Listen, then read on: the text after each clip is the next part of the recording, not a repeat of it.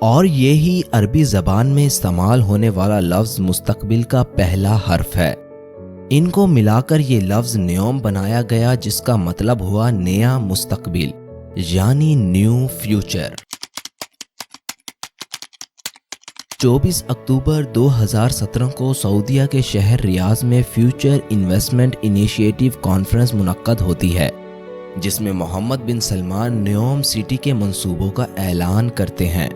اس city کی خصوصیت یہ بتائی گئی ہے کہ یہ شہر اپنے ٹیکس، لیبر قوانین اور ایک اپنا خود مختار عدالتی نظام کے ساتھ موجود حکومتی فریم ورک سے آزاد ہو کر کام کرے گا۔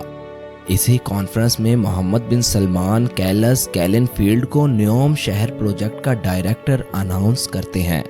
2018 میں کیلس گولڈ سٹون پلیس پارٹنر سے ایک معاہدہ کرتا ہے، جو نیوم پروجیکٹ میں کمیونیکیشن سروس کو ہینڈل کرنے کے لیے ہوتا ہے، جس کی فی یہ کمپنی $1,99,500 کے ساتھ $45,000 اخراجات کی مد میں چارج کرتی ہے۔ اس معاہدے کے بعد کیلس کا ڈائریکٹر کے طور پر سفر مشکل ہو جاتا ہے اور کیلس کو محمد بن سلمان کا مشیر لگا کر نعیمی النصر کو نیوم کے ڈائریکٹر کے طور پر اناؤنس کیا جاتا ہے۔ نیوم سٹی سعودی ویژن 2030 کا بہت اہم حصہ ہے۔ اس پروجیکٹ کو مکمل جدید طور پر تیار کرنے کا منصوبہ ہے، جس میں روبوٹس کا استعمال کیا جائے گا۔ مزید اس شہر کو مکمل ہوا اور شمسی توانائی سے چلانے کی منصوبہ بندی کی گئی ہے۔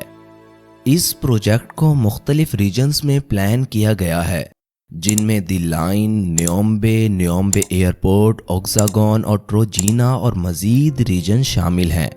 ہم ان ریجنز کی ڈیٹیل میں جائے بغیر مختصر سا تعارف آپ کو بتاتے ہیں تاکہ ویڈیو کی لینتھ زیادہ نہ ہو اور آپ کو انفارمیشن ملتی رہے۔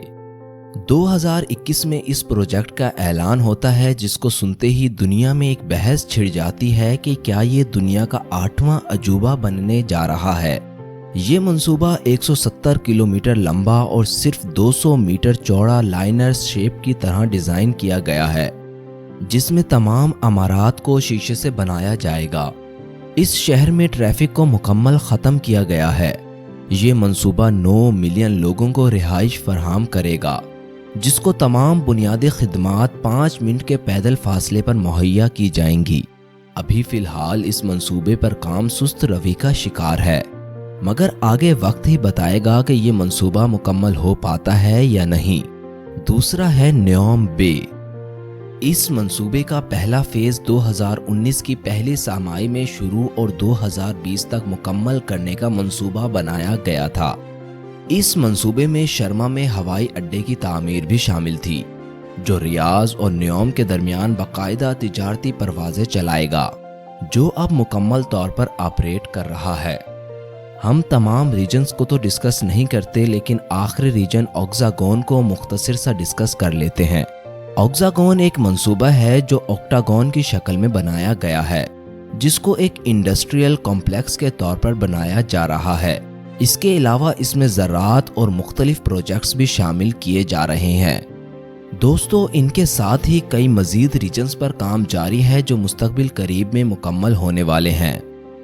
اب بات کرتے ہیں اس پروجیکٹ سے جڑی کچھ کنٹروورسیز کی۔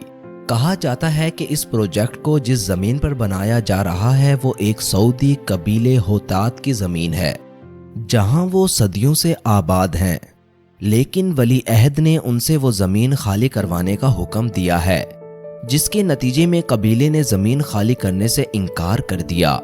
ولی عہد کے اس فیصلے سے تقریباً 20,000 لوگوں کو اپنی جگہ سے نقل مکانی کرنا پڑے گی۔ 13 اپریل 2020 کو ایک سرگرم کارکن عبدالرحیم الہویتی نے آن لائن ویڈیوز شائع کیں، جن میں اعلان کیا گیا کہ سعودی سیکیورٹی فورسز نیوم کی ترقی کے لیے راہ ہموار کرنے کے لیے انہیں اور ہویتات قبیلے کے دیگر افراد کو ان کے آبائی وطن سے زبردستی بے دخل کرنے کی کوشش کر رہی ہے۔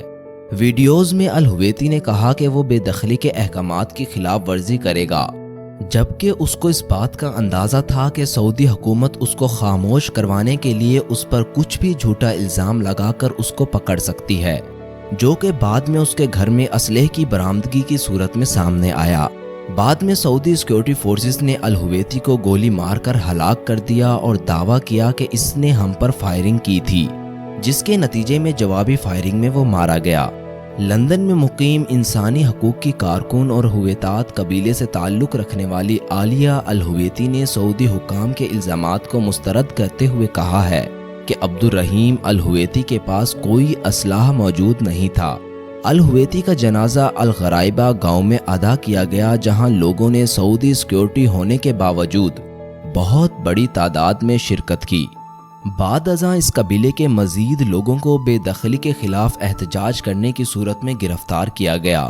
اس کے علاوہ اکتوبر 2020 میں اسی طرح کے احتجاج کرنے کی صورت میں سعودی عرب کی خصوصی فوجداری عدالت نے ہوتات قبیلے کے 3 افراد کو موت کی سزا سنا دی۔ مئی 2024 میں سعودی عرب کے سابق انٹیلیجنس آفیسر کرنل ربیع الجنیزی نے دعویٰ کیا کہ سعودی حکام نے نیوم سٹی کے لیے زمین خالی کروانے کے لیے مہلک طاقت کے استعمال کی اجازت دے دی ہے، اور اس افسر نے بتایا کہ اس کو بے دخل ہونے سے انکار کرنے والے ایک دیہاتی کو گولی مارنے کا حکم دیا گیا تھا، جس کو اس نے ماننے سے انکار کر دیا اور اپنے لوگوں پر ظلم نہ کرنے کی صورت میں نوکری سے نکال دیا گیا۔ یہ منصوبہ چونکہ بیرونی سرمایہ کاری کے بغیر مکمل ہونا ناممکن ہے، مگر اس طرح کی خبروں سے اس منصوبے کے لیے سرمایہ کاری مشکل ہو رہی ہے، جس نے اس منصوبے کو سست اور اپنے پہلے بنائے گئے خاکے سے مختلف کر دیا ہے۔ اسی کو ٹیکل کرنے کے لیے جون 2020 میں سعودی ولی عہد محمد بن سلمان نے ایک کمپین بھی لانچ کی تھی، جو امریکی پبلک ریلیشنز اور لابنگ فرم روڈر فنڈ کے ساتھ $1.7 ملین کا معاہدہ کیا گیا تھا، لیکن ابھی تک انسانی حقوق کی خلاف ورزی اور مختلف سعودی مظالم کے دنیا میں بنے امیج کو ختم نہیں کیا جا سکا۔ اب دیکھنا یہ ہے کہ سعودیہ اپنے ویژن 2030 میں کامیاب ہو پاتا ہے یا نہیں، اور اس کو مزید کتنا وقت اس کو کامیاب کرنے میں لگ سکتا ہے۔ ویڈیو میں آج کے لیے اتنا ہی۔ اگر انفارمیشن پسند آئی ہو تو چینل کو سبسکرائب اور ویڈیو کو لائک ضرور کریے گا۔ ملتے ہیں اگلی ویڈیو میں ایک نئی مسٹری کے ساتھ۔ اللہ نگہبان۔